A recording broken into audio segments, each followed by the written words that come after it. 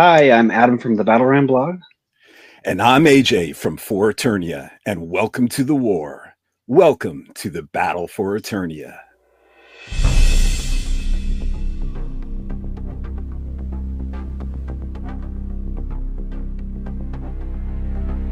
Welcome to the Battle for Eternia, a Masters of the Universe podcast where past meets present, where vintage clashes with contemporary, where we discuss MOTU topics in the context of both historical and modern day.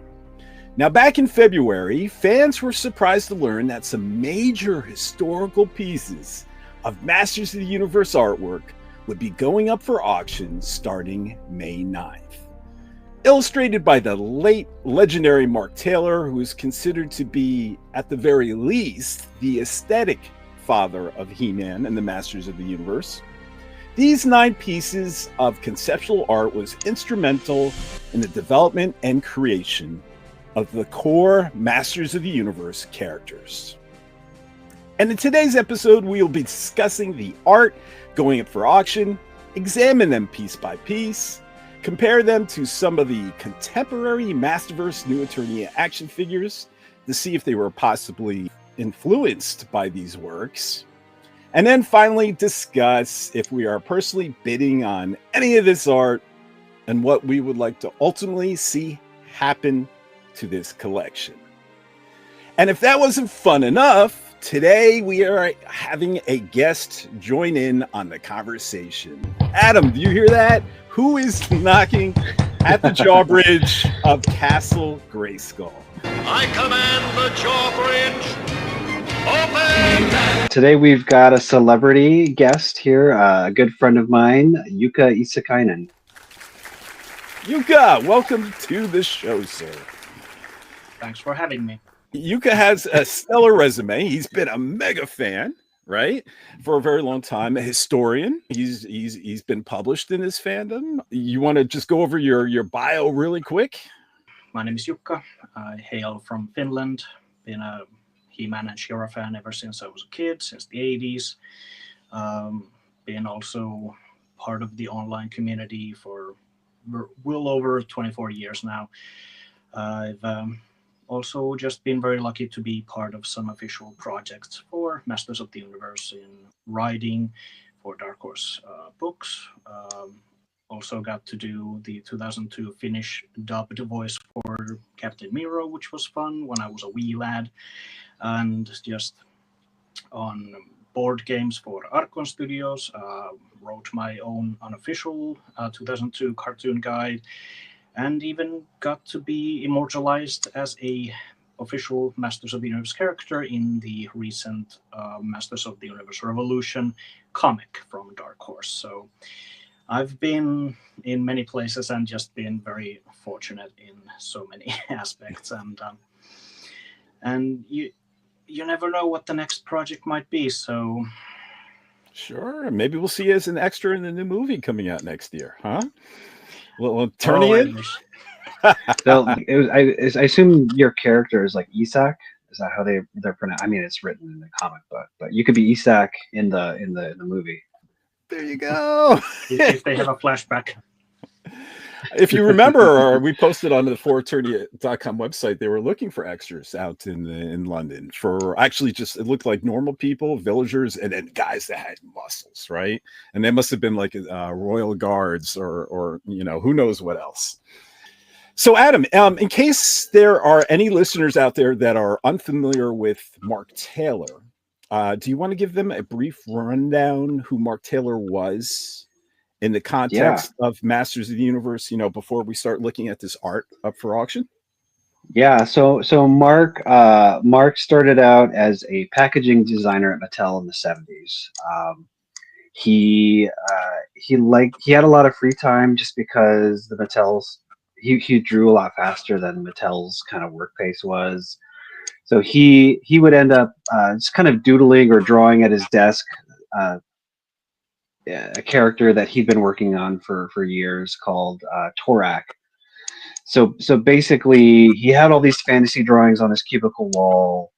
At one point, some of the prelim design group were looking for ideas to pitch a new boys toy line because they'd kind of tanked with some of their other boy toys, like you might know, Battlestar Galactica or Clash of the Titans. Those were kind of, tepid sales on those. So they were looking for their own IP. Happened upon Mark's drawing, and they thought, hey, let's do like a fantasy kind of barbarian character. Mark ended up doing further art for it for this pitch, and because it was his art, they ended up selecting Mark to design all of those first wave of characters: Castle Grayskull, He-Man, Skeletor, Stratos, etc.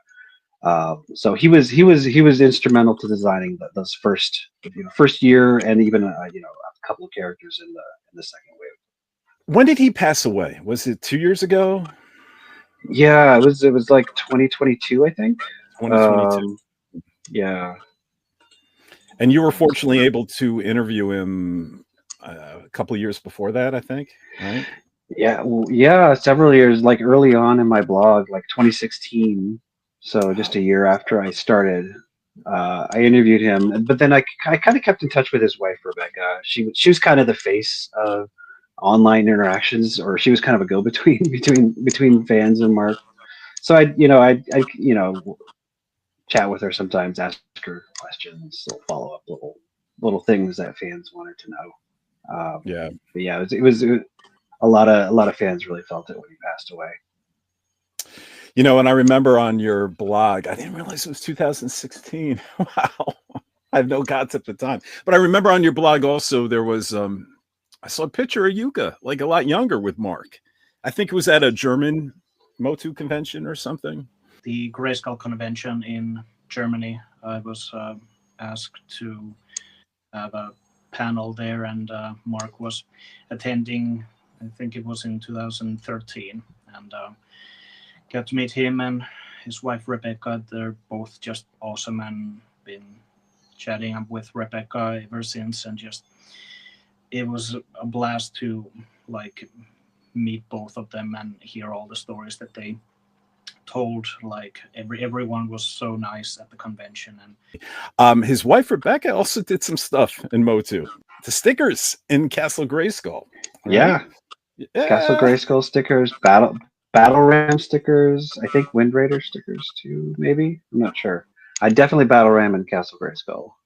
Yeah, those are so cool. Some of them are like psychedelic out there, but they're so cool looking. Yeah. Yeah. And she's a hoot. She's really fun. She's kind of a people person. She's great to talk to. So the artwork that we talked about in the beginning of the show is actually being listed on a website called Heritage Auctions. They call themselves the world's largest collectible auctioneer. The website is ha.com, H-A, heritageauction.com. And it looks like it's going to start on May 9th. Do you guys have any idea who listed this art? Was it? So my understanding is that these belong to Rebecca herself. So she's currently auctioning them off. That's my understanding. I heard that from somebody who'd be in a position to know. Yeah, and that would make sense, right? So what Rebecca is selling right now out of Mark Taylor's collection is 9 pieces, and it's so exciting. Of course, we're going to have to start with He-Man, right? As we look at this. So let's pull up the original He-Man artwork by Mark Taylor. And for anyone who's listening, not watching on YouTube, you definitely want to check this out on YouTube if you haven't seen the art, because we're going to take a very close look at this piece. And here it is. Adam, I mean, I know you probably have a lot to say about this art, so go for it. Yeah, so this is it's not the first He-Man artwork, but it's probably the first time where it looks very recognizably He-Man. Like it's not like, it doesn't look more just like some random barbarian. Just because the outfit, the harness, the shield, the basic look of the boots, and the loincloth, all that stuff. It looks very much like the toy would look.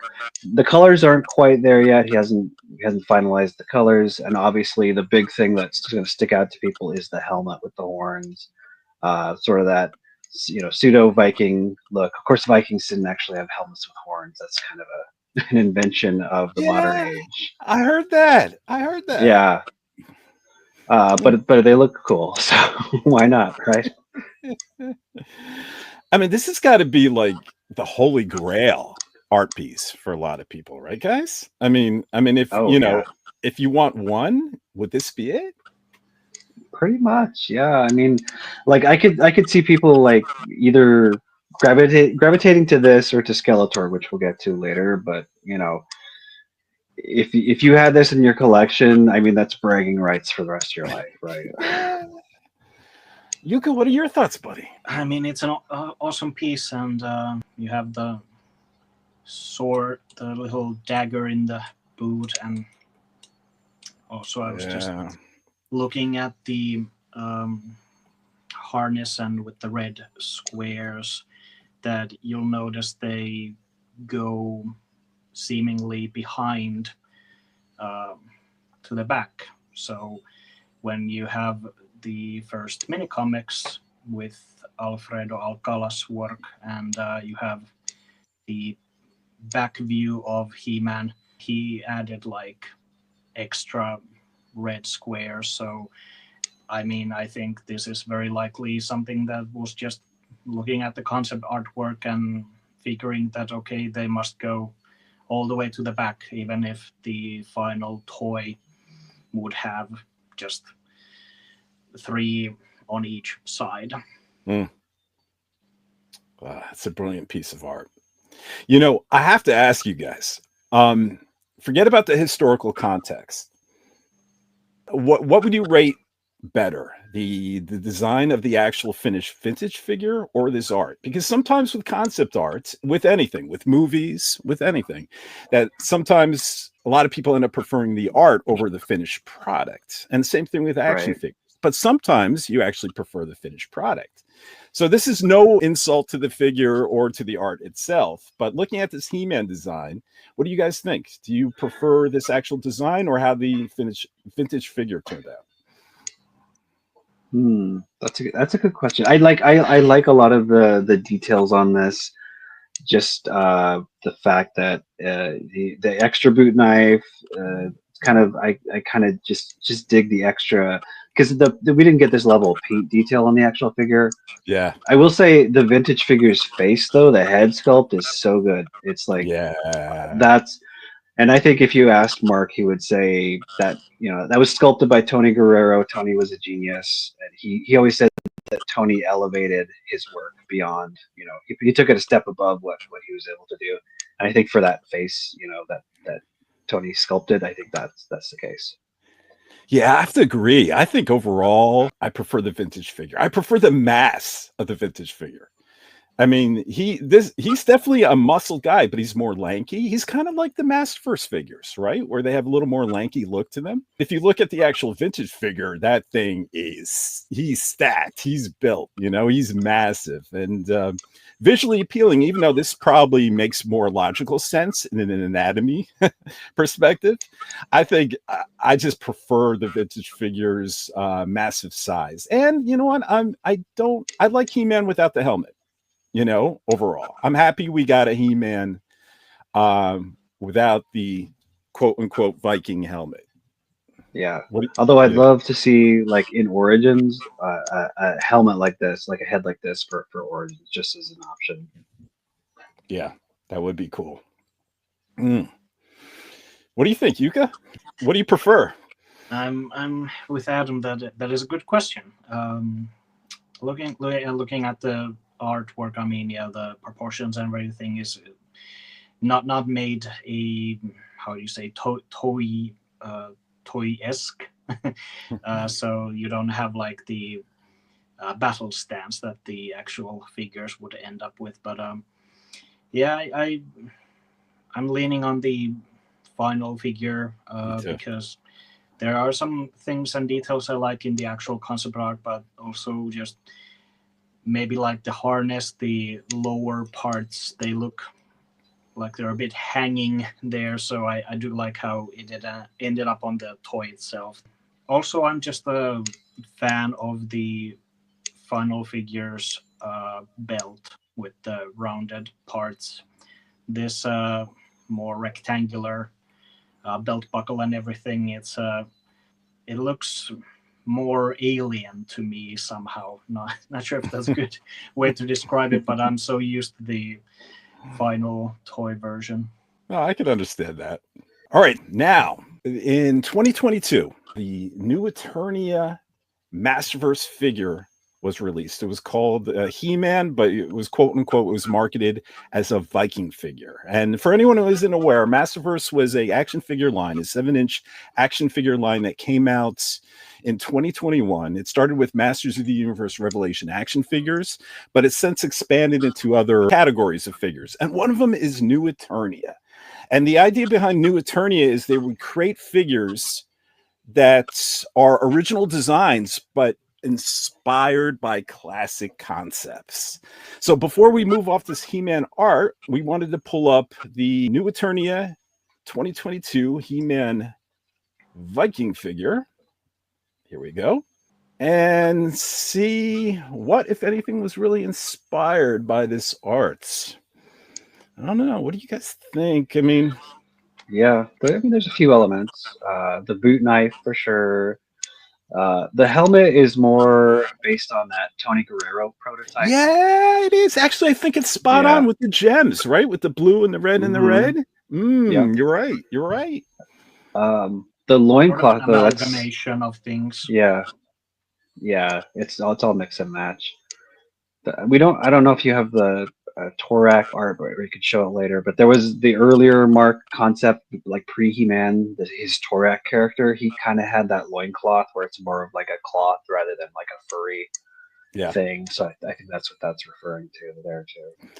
Yeah. Yeah, you're right. The dagger. You know what? I'm looking at that loincloth. It's such a tiny loincloth. I know it is on the vintage figure, but it even looks tinier on Mark's art, doesn't it? he's got the Speedos going, furry Speedos. And I believe the shoulder armor is removable. So you could even make it look more like Mark's design, I think, to some degree, right? Yeah, to some degree. Although they've kind of modified it, so they're like they look more like leather straps, which kind of reminds me of 2000X even with the brown straps. Yet that figure didn't come with a shield, so I mean I went ahead and I put a shield on mine. There we go. There you go. From the Revelation figure. Yeah. So. And I like the axe that came with him. It's kind of more like the vintage toy axe. It's not like the concept axe, but it does have that vintage 82 figure axe kind of going. Yeah, it's very cool. Let's go to we got to go to Skeletor next, right? That's got to be the next one here.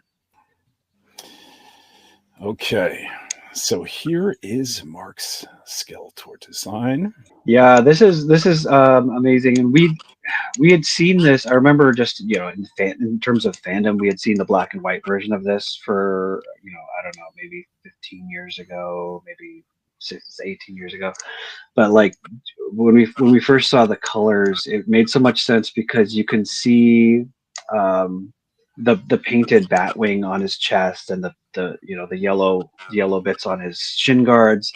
You can totally see that in the Alfredo Alcala comics, like those details. Like, oh, that's where that came from. The staff is interesting because it's supposed to have like this mace quality to it, which I'm kind of glad they didn't go that direction because it's really should be more of a magical item, right? But the big thing is, I think that most people are going to notice his face, which is not a skull face at first. He's like a rotting corpse, kind of lich or mummy or whatever. He's not skull face. He's not called Skeletor here either. He's D-Man, which is like a pun on demon. So everything was something man in the early concept names. You can see even some of his flesh on his forearms is rotting away too. So a lot of the elements are there, but he's you know, it's not quite the same Skeletor that we got in the end. Question: are they gloves on him or not? I think it's his skin sloughing off is what it looks like to me.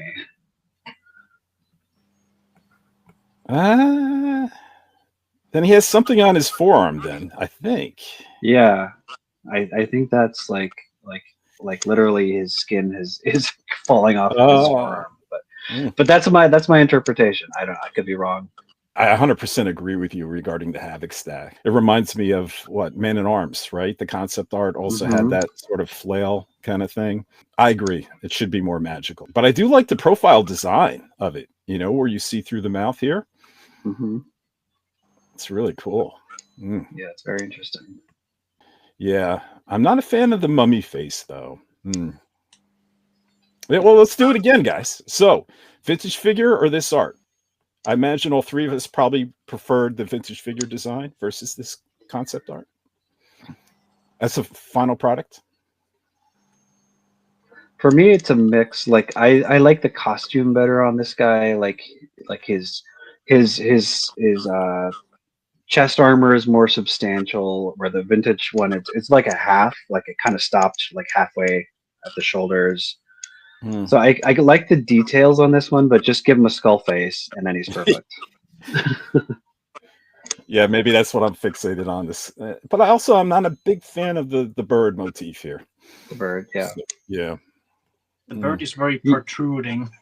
I agree. You do get that on the vintage figure, but it's so small you kind of don't notice it. Yeah. Why don't we bring up the corresponding new Eternia Barbarian Skeletor. So in 2022, again, the same wave as the Viking He-Man, wave 4, there was a Masterverse new Eternia Barbarian Skeletor released. And let's pull up that imagery and see if any of it was inspired by this art. Here we go. Now, this is the alternate head. We're going to get to the other one with another piece of art. Looking at it, I don't see much there. Do you guys? Mostly like the feet and then kind of the shin guards, although I think they're more like they're not just on the fronts like on the concept art. They go all the way around the calf. But yeah, basically the bare 5-toed feet and the shin guards and the bigger sort of loincloth area. But the other stuff, not so much. I don't know. Jukka, what do you think? Yeah, it's a lot less based on like a single concept art, but again has many different elements just mixed in, and it's I feel that it is a very much the vintage toy vibe to it, and I do like the cape. Yeah, me too. I love the cape. Yeah, I feel like that with some of these, there's also a little bit of a Mondo thing where they're trying to go that extra, like throw in something a little extra, give it a slight, Mondo feel, or any of those lines where they're really pumping up the details. All right, so let's move on to the next one. Why don't we start with the other Skeletor? And people are going to be like, what other Skeletor? So, Adam, tell us all about this piece. So from what Rebecca has said about this in the past, it's from like the early 70s. It was not supposed to be Skeletor. It was Mark's illustration for a character called King of Sticks. Some story he was writing in college. So you've got this, and it does have kind of an Egyptian look to it.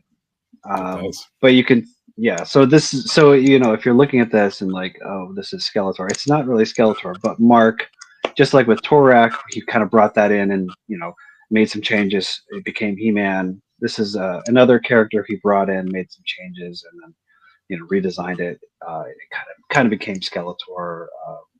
Even the sword, you can.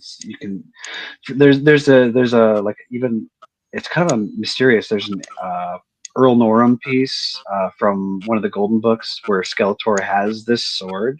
So it makes me wonder: was there a later concept art where they Mark had Skeletor with this sword. You know, how did Earl Norham get that, or was it a coincidence? I don't know. But it's interesting. Jukka, I know he saw this really early on at Grayskull Con, right? Or, Yeah, that was I think the first time that fans got to see it. Basically, because it was part of the art prints that Emiliana and those had brought with Mark at the time, and they had the Skeletor concept art, and this King of Sticks guy was kind of just semi-transparent there in that same art print, so it was one of those that what's going on here, but nobody had any real answers about it. But it's one of those interesting that I can see how Mark is like evolving some of the ideas in his mind, and again the gloves or whatever wrist things you want to call. I mean, if they were colored differently, it could also be very, very similar to the Skeletor pieces on the like arms, but here they are more defined, that you can see that oh there's like some little gems there, and it's like ripped apart, and the coloring. So, but it's one of those that you can see how they would have, like, it's all affected the ideas that Mark have had, but at the same time I'm one of those that will online be like, you can't just pull this as a yes, this is the Skeletor before Skeletor, this was the official idea and this is how he was meant to be originally, like, because I see those comments every now and then, and then I turn to Adam and just rant about it. we get a lot of those.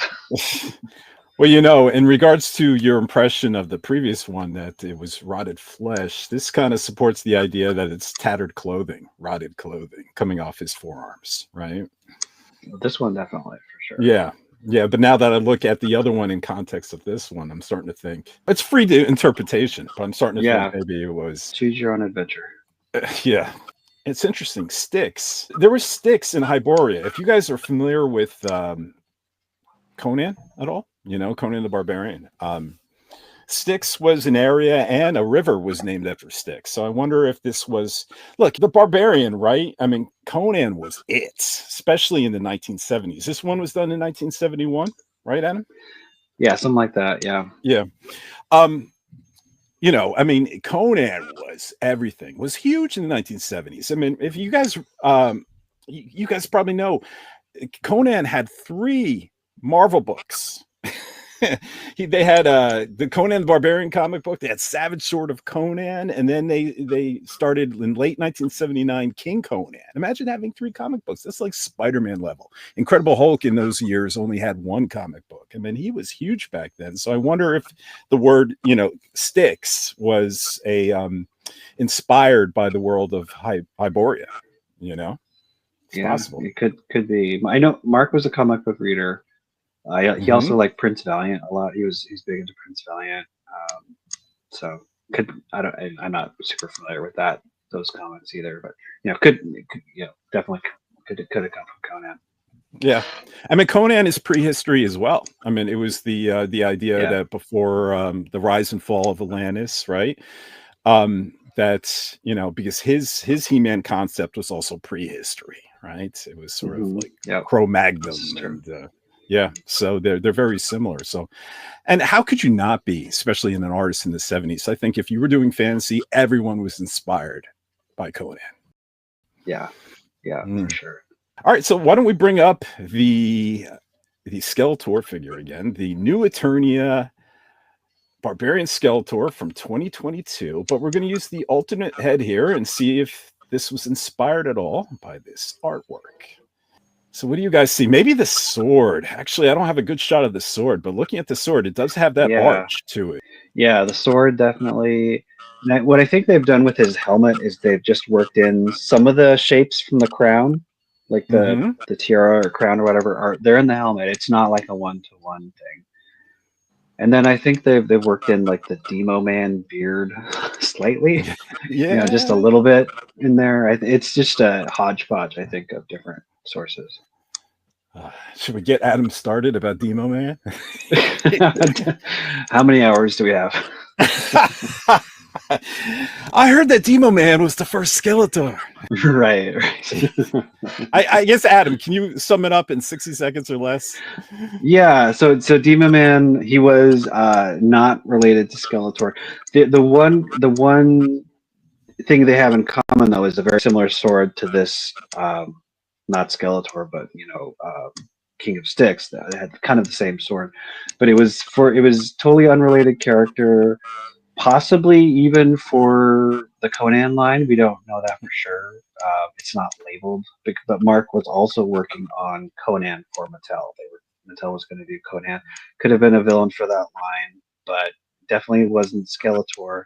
The only thing it has in common with Skeletor is he's got kind of a decomposing face. That's really it.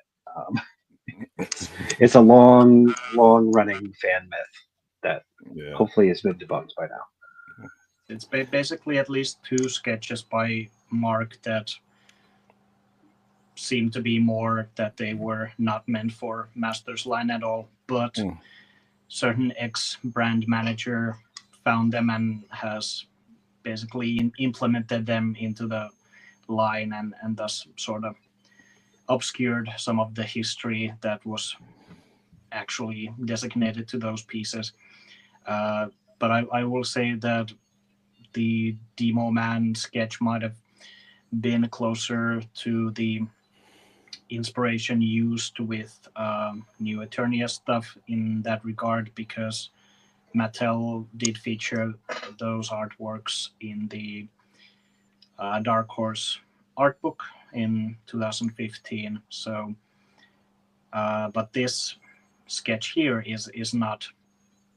It's Mattel has not published it anywhere. They haven't officially used it, so they can't really, or they wouldn't maybe try to claim it. Though, now that I say it, I think the Origins, which one, the packaging art does make a reference to it. So yeah, the 2-pack with like the concept Hordak and Grizzlor. Yeah, it does have this guy in Fright Zone jail maybe, but I don't think they've got the rights to it. So different question, guys. We can't obviously say which is better, the vintage figure or this. So would you have preferred that Skeletor went the route of this visually? This more Egyptian looking pirate sword Skeletor. Me personally, no. I would have loved a figure like this. Like maybe this is one of Skeletor's allies or something, but I wouldn't want to replace Skeletor with this guy. Me too. Yeah, I agree. It would make a fun figure, and I sort of like the really big crossbones on the chest and the whatever you call the shoulder thing that's reminiscent of like a Hordak thing, but yeah, not to replace Skeletor by any means. All right, so why don't we move on to Adam's favorite? Where are you? Let's see if we can find him. There he is. There we go. Merman. Let's take a closer look at Merman here. So, Adam, go for it. Oh, I love Merman's my favorite. It's in terms of characters. This one is so detailed. It's well, the figure that we got was kind of stripped down and a little bit cheap. To say, this one he's brimming with detail. He's got you can kind of see better in this one just what the sword is supposed to be. It's people often compare it to corn. Doesn't look like corn on the cob here. It's more like a sawfish, rostrum. He's got all kinds of kelpy, corally things all over his costume.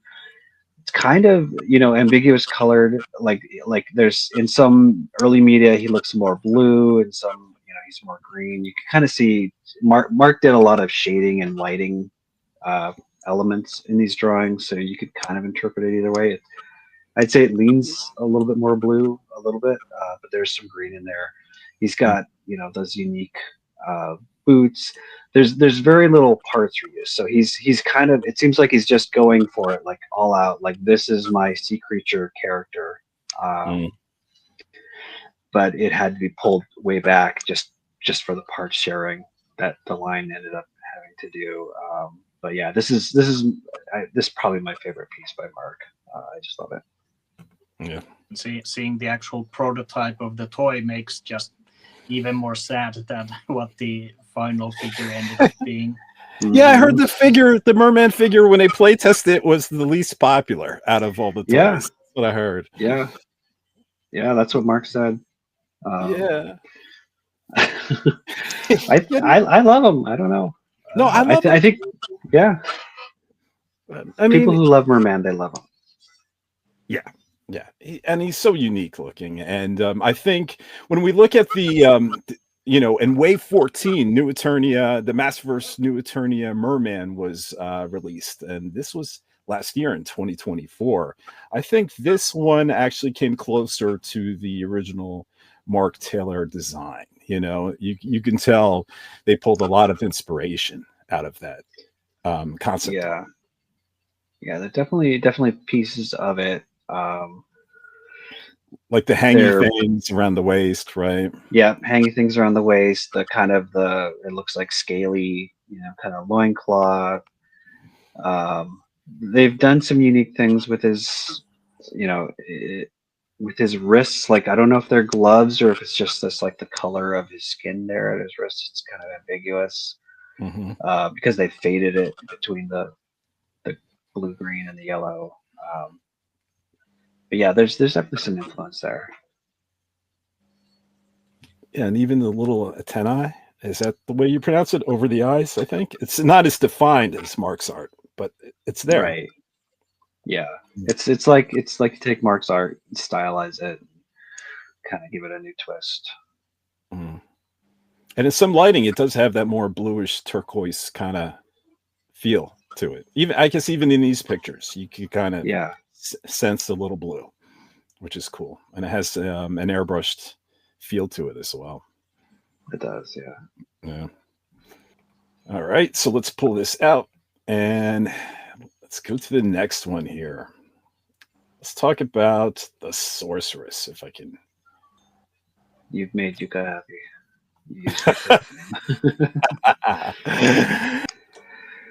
So yeah, Sorceress. So this basically, she was originally a separate character, and in later iterations, she's also a separate character. But if you looked at her in black and white, which is how we first saw this art by Mark, it just looks like Teela. You know, if you're not looking very closely, oh, like this is Teela, but it's not really. It's such a complicated history between Teela and Sorceress, aka in some comics, Goddess.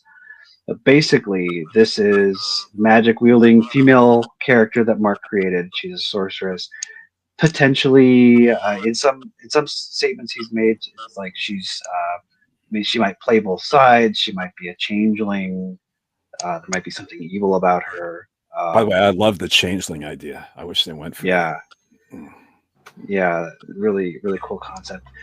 She only appears with this look in the first He-Man and the Power Sword comic. But of course, she's the way she was drawn there. She's got a green face, and in this one, she's kind of got normal human skin, but she's just wearing like a green bodysuit, like Man at Arms.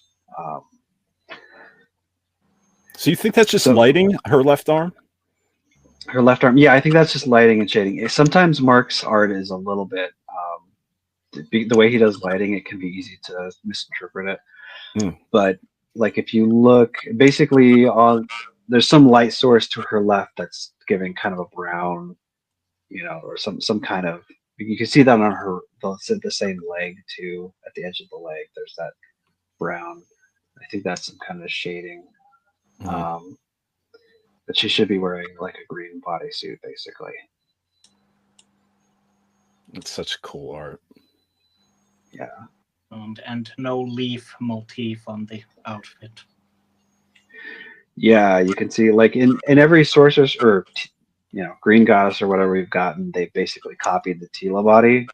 But that overlay, that gold thing that Tila has on her costume, that was supposed to be removable.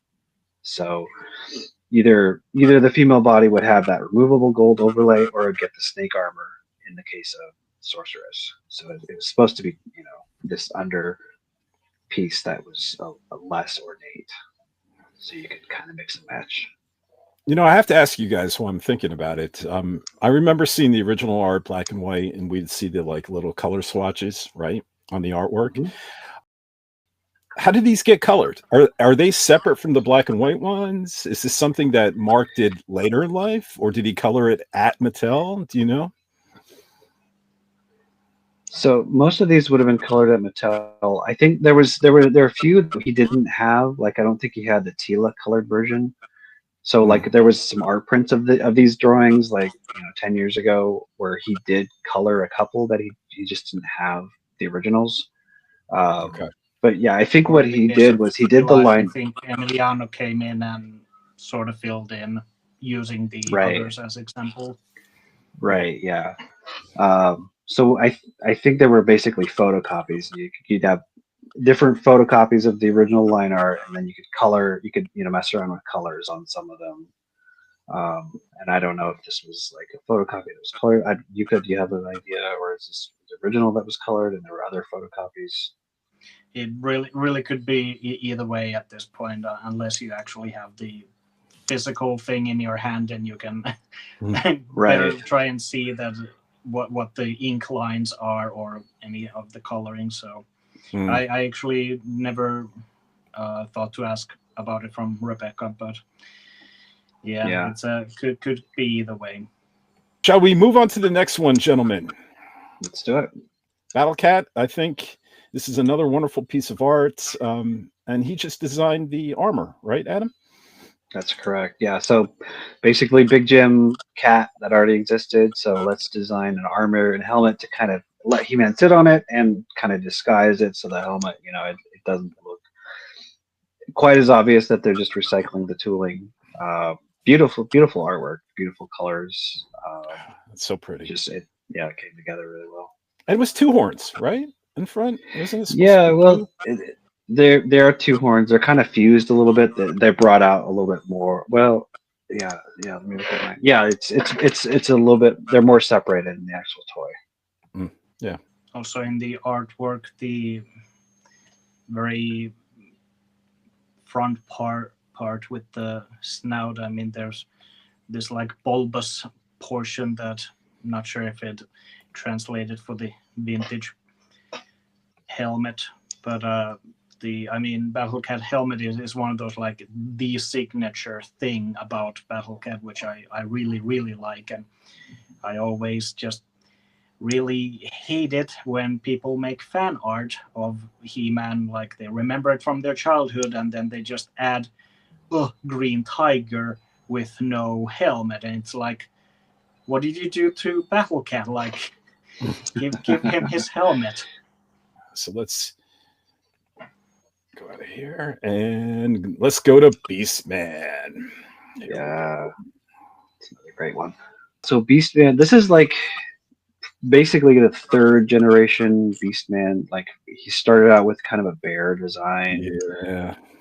And then he had a totally different. He moved to ape because the bear was apparently too much like Chewbacca, too Wookiee. I don't know. So he moved to ape. He had the first one had much more spiky armor around the shoulders.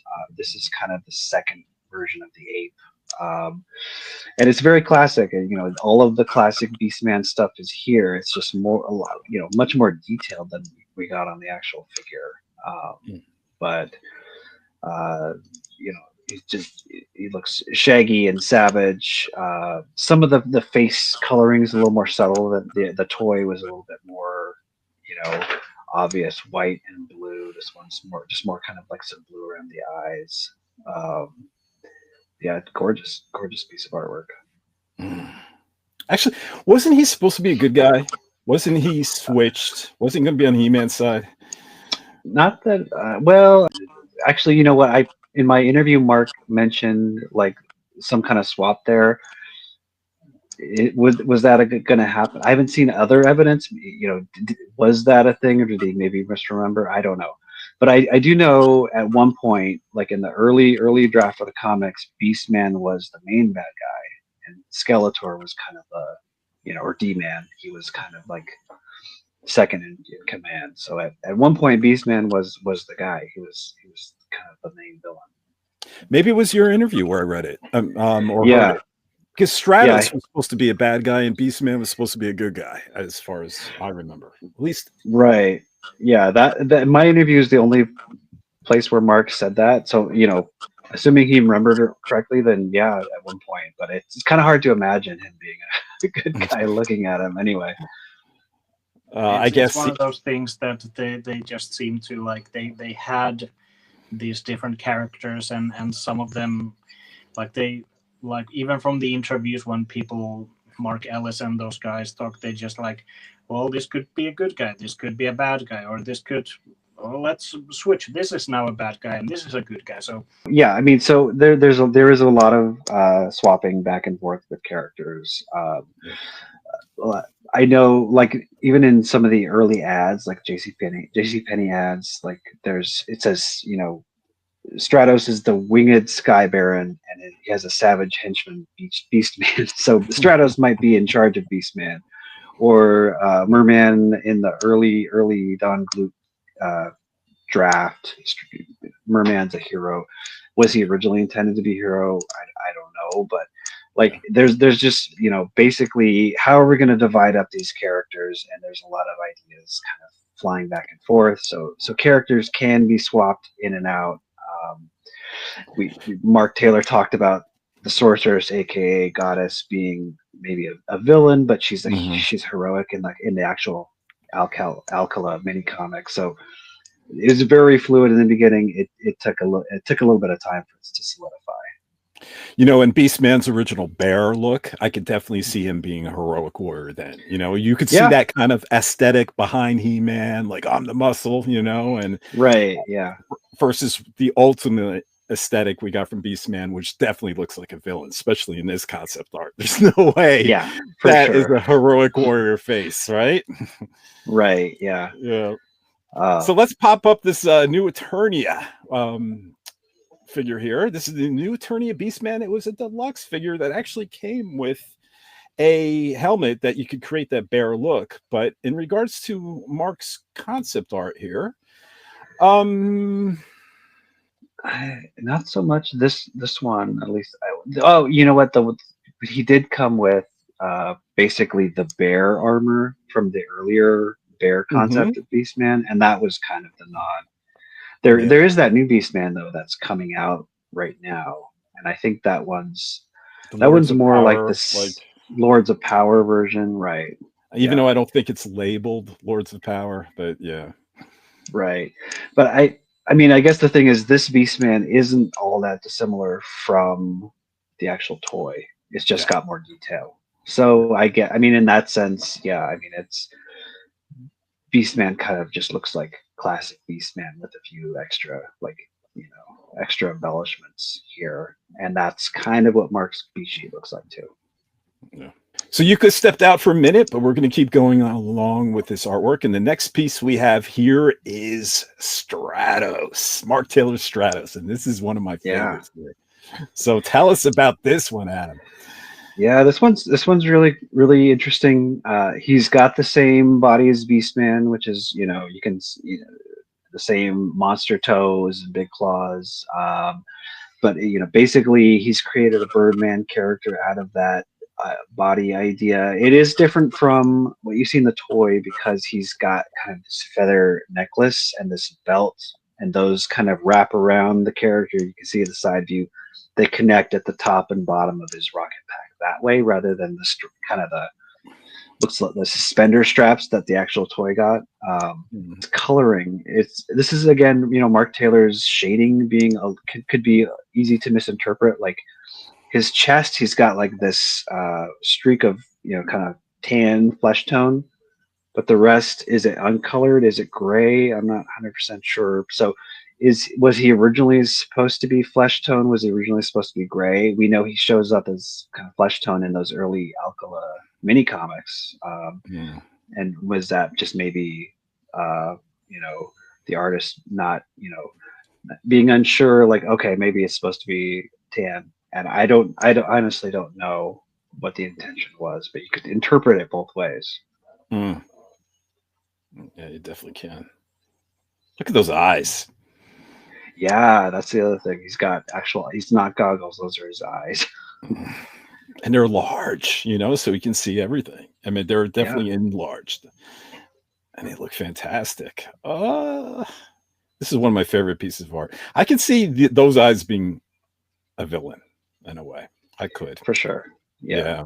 I really like the coloring on the feathers on the arms, because they actually have this very steely look to them, like not feathers, but something, I don't know, where he could swoop in and just slice some enemy's throat. Yeah, they do have kind of a metallic look to the way he's colored them. All right, let's pull up this new Eternia figure here and see if we have some comparisons here or some influences. So this is the new Eternia Wave 7 Masterverse Stratos figure. It was released in 2022. It's actually very expensive now. I mean, I think usually on a secondary market, you're spending over $100. So I don't know if there was a limited run or just everyone loves this particular Stratos. So can you see some influences? Yeah, definitely, right? Yeah, I mean, he's got the feather necklace kind of thing. It's not shown in the photo, but I thought he had maybe that belt piece too, the red belt. You're right. He does have the red piece, and actually, I think the breather mask connects to that red piece. Yeah. Right. Yeah. Breather mask is new. Yeah, I think that was taken from and Jukka would probably know. I think that was first seen in the DC comics, I believe. Where we saw Stratos wear this like breather mask. I think that was the first appearance of it. At least that's my understanding. I don't know, Jukka, do you remember that at all? Actually, I don't, but very well could be. I think it's a good look for him, though. I really do, especially if you look at the side shot. He almost has this like pelican protruding look. So. Yeah, it looks cool. I wish they had given him like the blue wings and left all the chest stuff red. That would kind of better get like. Yeah. I mean, it doesn't look bad at all. It looks good, but it just for my OCD brain, let's keep the original color. So, what do you think, guys? Vintage figure or art? What do you prefer? Concept art or vintage figure? This one's very similar, so it's. Yeah. I kind of like this better than the figure, just because I like the chest pieces, like the belt and the heart, the necklace thing, better than the way the straps came out in the vintage figure. Me too. So let's move on here. Let's move on to the last piece of artwork, and this will be Castle Grayskull. Here we go. Yeah. Now, this was actually done prior to the Masters of the Universe, working at Mattel even, right? Yeah, well, he was at Mattel in '79, so this was '79, but he was just doing packaging art for like Barbie and I think some of the boys' lines as well. But so yeah, this probably just him sketching in his office in his downtime, and you can see there's the face looks very much like Castle Grayskull, especially like the prototype that he would eventually sculpt, but there's all these kind of minarets and towers kind of everywhere. You can see there's like a dock, like the bottom jaw is like, it looks like a dock where you come in with a boat and tie in to get to it, that was Mark's original idea, Castle Grayskull in the middle of like a lake, and you have to row out to it. But it's just crazy details, and you can kind of see how it got brought into that concept art where it's got the helmet. It's not really a helmet here, but it's a tower that's got the shape of that helmet, and it's got like the kind of the horn shape, and then the thing on the top of it that would go on the prototype. But it's there's a lot going on for sure. You know, this is my dream. You know, if Masterverse ends up releasing a Castle Grayskull, I want it to look just like this. You know, I was hoping it was actually going to be one of those. If you remember when Mattel was doing the Eternia's Choice, where fans would be able to vote on the next crowdfunding project, I was hoping there would be something like this for Masterverse, and I actually even colored it in. I've seen other people do some custom, you know, Mark Taylor Castle Grayskulls, and I hope one day, I pray one day, if they do come out with a new Attorneyia Castle Grayskull, I just adore this look. For me, I love it. Yeah, it's beautiful. I love it too. So that pretty much really encapsulates everything that's available on the auction. So first, gentlemen, really quick, what's your favorite piece out of all 9 pieces? I mean, not the most valuable. Your favorite? Yeah. For me, Merman, I love the character. Runner up, maybe Battle Cat or Beastman, or Sorceress, Goddess. Those would be my top 4. But Merman's number 1 for me.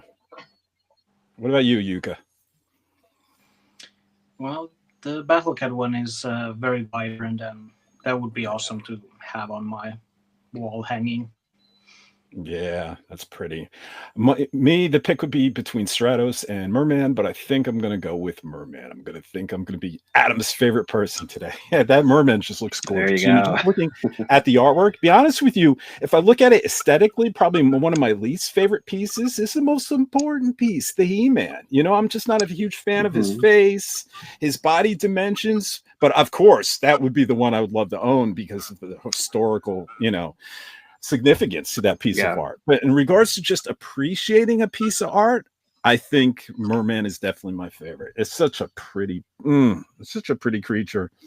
He never gets enough love, does he? He doesn't. We need more Merman love. Yeah. So how much do you guys think that these are going to go for here? Here's my guess. I'm going to guess He-Man and Skeletor are going to be up close to 10K. That's my guess for those because they're so important. These are, you know, there's nothing else like those. The other ones I'm going to guess are going to be anywhere between maybe 2,000 to 6,000, something like that. That's just based on what I've seen auctions go for. That's my guess. I'm going to stab a guess here and say He-Man goes for 15. I'm going to go a little bit higher than you. And I think, and then none of the others, you know, Skeletor will be a little under that, and then none of the others will go less than 2,000. 2,000, I'll say. What do you think, Jukka? Well, I would have figured He-Man and Skeletor maybe around the ballpark of like 10 to 15K. Obviously, the like bigger hits and. I've not the well versed in the like these types of auctions, so not sure if there is any precedent on what amounts other Masters of the Universe artworks have gone, be it concept art or maybe something like Earl Norham's paintings and stuff. So, but yeah, the others could be like in the 2,000 to 5,000. Yeah, that's a lot of money. Are you guys going to bid? If I see one of them is strangely low, like a couple $100, then I would, but that's not going to happen. I don't have the money for any of these. Yeah, I myself too. I don't have the disposable income to, you know, the house needs too many repairs. You know, I can't cover a crack with a picture of Merman. Well, I can, but I don't think my wife would love that. She'd rather have me fix that crack. Yeah. Might even be undervalued because I talked to the guy who currently owns that Tony Guerrero, you know, painted prototype. Yeah. He mentioned he paid the equivalent of like a fancy sports car for that. So, you know, I don't know if that does that mean 50,000? Does that mean 80,000? I don't know. So would some of these be even towards that end? I don't know. Yeah. And ultimately, guys, what do you think you would like to see happen? Because obviously we're probably not going to be owning this art, right? And you hope that the people who buy this art are more caretakers versus collectors, right? That they're going to preserve this, that they understand it's going to be a historical piece of artwork. Did you guys ever see the movie Unbreakable with Bruce Willis? Mm-hmm. Okay, so there's this great scene with Samuel L. Jackson where he's selling vintage art, and this customer comes in, and the customer says, "I'll take it," and he says, "Great," and then he says, "It's for my son, and my son is 4 years old." And Samuel L. Jackson's character Isaiah says, "Nope, out of the store. You're not buying this piece of art. This is art. This is not a child's toy. You know, this is not for a child. You know, so." You know, you always run risk of someone, you know, buying this and not really understanding the historical value, you know, and the appreciation, and just has a lot of money and just throws it up on the wall. So I really hope that, you know, these buyers become caretakers and not only just preserve the art, to know how to preserve the art, right? There's special glass you can buy. There's special climate that this art needs to be preserved in, but also, maybe even willing to do like high resolution scans for the fandom. So we can have really a intricate look at these. I mean, really high resolution. I know that's might be asking too much, but hopefully they're a fan. They understand everything soup to nuts, and you know, would be willing to even share the experience of just buying it, getting it, you know, opening it. Oh, it's got to be an amazing thing. I will say that all of this has been imaged by the Power and the Honor Foundation. So they do have the high res skins. And you know, I'm sure if they do something in the future, we would get to see it that way. But yeah, hopefully, you know, it's somebody who's got, so they're gonna have to have money. Hopefully they've got the good sense to preserve it too. I know some collectors of high-end things tend to be a little squirrely about it, because if they say, "Hey, look at this rare piece I've got," like immediately, like people DM them with offers, like, you know, "Oh, sell it to me. I should have that." So it can be, you know, some of them are very secretive, some of them are more willing to share. Hopefully, you know, I don't know. I feel like Indiana Jones, like, this belongs in a museum. Yeah, this belongs in a museum. Exactly. You know, we're gonna have to dress you like Indy Adam and send you after these guys who buy the art and make sure it's being preserved. And then you raid their house, like, you know, the Raiders of the Lost Ark, if they're not proper caretakers. Right. Yeah, we're not promoting theft, but it's more of a joke. But yes, seriously, you know, we want the outcome to be the same. We want this to last. And these high resolution scans, I mean, do they have, I mean, I'm talking the ones that you can see, like the pencil strokes and stuff like that. Does that foundation have? They would, the Power and the Honor Foundation. So they've in fact, if you look on my wall, I have prints of these. Not all of these, but some of these artworks that they put out with Super 7 back in 2016. So back then they did high resolution scans of everything that Mark did. So you know, assuming if they did a book, you know, back in what, 2011, something like that, of some of the concept art that they have. But they basically, that's what they do, is they, you know, just find, scan, preserve art. So that's awesome. I didn't know it was that detailed. I think I remember seeing those, but I've never gotten a good look at them up front with these eyes. So, but I do have some, like, you know, some high resolution stuff, like from Dark Horse, some comic art, and you can tell the difference between just like a poster print and then, you know, the one that gets into the nitty gritty. You could see, especially if it's done by hand, you can see the layered work, and it's gorgeous, right? Right. Yeah. These ones were cleaned up for posters, but they would have all that original files too. Okay. So I think we about did it. Jukka, I'm so happy you joined us today. Really appreciate you coming on and sharing your knowledge. You know, like Adam, I always appreciate Adam because he's always a plethora of knowledge. I always say, like, Adam forgets more MOTU than I remember, especially in the historical side. You know. And what I make up in what I lack in knowledge, I make up in passion. But you have definitely a plethora of knowledge too. So we appreciate you coming on and looking at all of this art with us today. Adam, as always, sir, you're a gentleman and a scholar, and it was a pleasure to chat with you side by side again. Pleasure's all mine. And everyone out there, be sure to visit battleramblog.com and FOR ETERNIA.com. And we'll see you next time, everybody. Bye, everyone.